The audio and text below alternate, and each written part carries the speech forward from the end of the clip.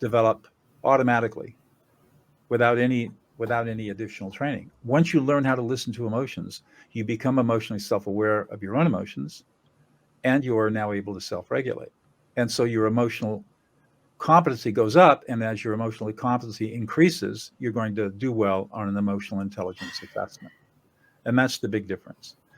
The other thing that I tell people is if you are interested in learning about emotional intelligence or getting emotional competency training, there are two things that I think are really important. Whoever you pick to teach you as a coach or a trainer or a training organization, number one, how do they define emotions? What's their definition? And number two, are they themselves emotionally competent? And can they demonstrate to you their emotional competency? And those two criteria will eliminate 99.99% of all That's what you say. they're teaching, because they don't have a good definition of emotions, and they can't demonstrate emotional competency. They can't replicate it, they can't duplicate it, and they can't explain it. So why do you think it's so important that we, especially in the context of work, most people say in work, we're doing business, we're very focused on that, and we don't need to have a connection which is like friends or family. It's just very, I know, technical. That's how I call it. And that's all based on a big lie. Yeah, I agree. Okay, But the what lie do goes you back. tell them? The lie goes back 4,000 years, and that is that what separates humans from other animals is our rationality. And this was an idea that was created before the Greeks, but Plato especially started picking it up, and Socrates and Aristotle. And then it's been picked up by philosophers and theologians throughout the centuries, all riffing on the idea that to be rational is to be human, and to be emotional is to be not human. And what neuroscience now teaches us is that we are 98% emotional and only 2% rational. We can't even be rational, whatever rationality is. And I teach, I just so people know, I teach a graduate course at the Strauss Institute of Dispute Resolution at Pepperdine School of Law in decision making under conflict and stress. And the very first thing I ask my students is, what is rationality?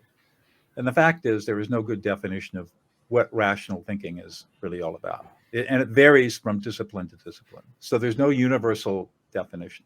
But the fact of the matter is that we are emotional beings, and we can't even be rational unless we're emotional first. And yet we live in a culture that denies us 98% of who we are as human beings. We're told that emotions are bad, they're weak, they're evil, they're irrational.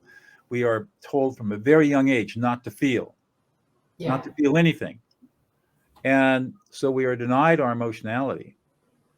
And of course, not being emotionally competent means that our interactions with other humans are going to be fraught with problems, especially if there's something emotional or triggers that come up that where there's emotionality.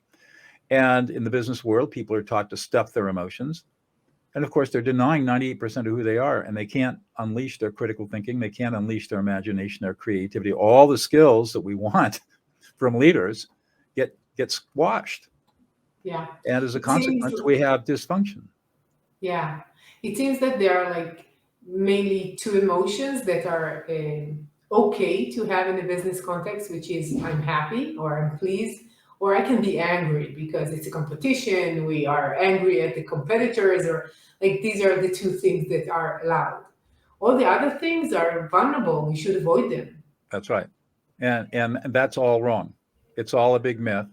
And it's especially difficult for women, because it's okay for a man to be angry and scream and shout and yell and be frustrated, but it's not okay for a woman to be that way, because then she's going to be called a bitch. Of course. Or worse. And so for women, it's a horrible standard. And, you know, it's all because we have this belief that's wrong that emotions to have no place in business, in profession. That's just wrong. It's so wrong. It's abusive. Yeah. And, you know, once you start learning about this stuff and you study it like a discipline and you master it, everything changes. And your ability to solve problems, your ability to lead teams, your ability to outperform everybody, to increase productivity, to create a loyal team or a loyal workforce just goes through the roof after you master these skills. Yeah. And you leave everybody else behind in the dust because they don't have the skill set. It seems that the business world is led by men. Doesn't seem that's the primarily, truth, right? unfortunately. And therefore, the rules are based on the way men are thinking about business and the way they think about relationship and the way they perceive human beings. And I would say that it seems that men are less capable of understanding deep emotions. Maybe if they learn with you, it will be much better. But as I know people, it's so much easier for me to convey emotions with a friend that I know, which is a woman, but by far than with a man. How do you see that? Well, I think you're right. I'm not sure that women are any more emotionally competent than men are. I mean, our culture, our Western culture, treats emotionality in women differently than men are treated. But I don't think that women, unless women get training, I don't see them being any more competent than men are. If they are allowed to express emotions, a wider range of emotions in different contexts more than men are, because that's culturally appropriate.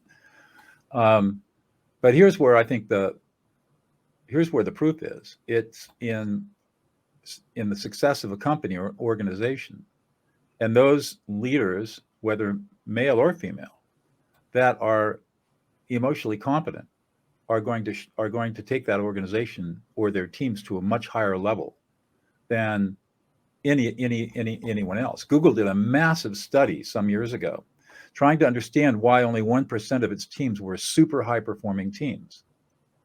And what the researchers discovered was that the highest performing teams had emotional safety because they had emotionally competent leaders.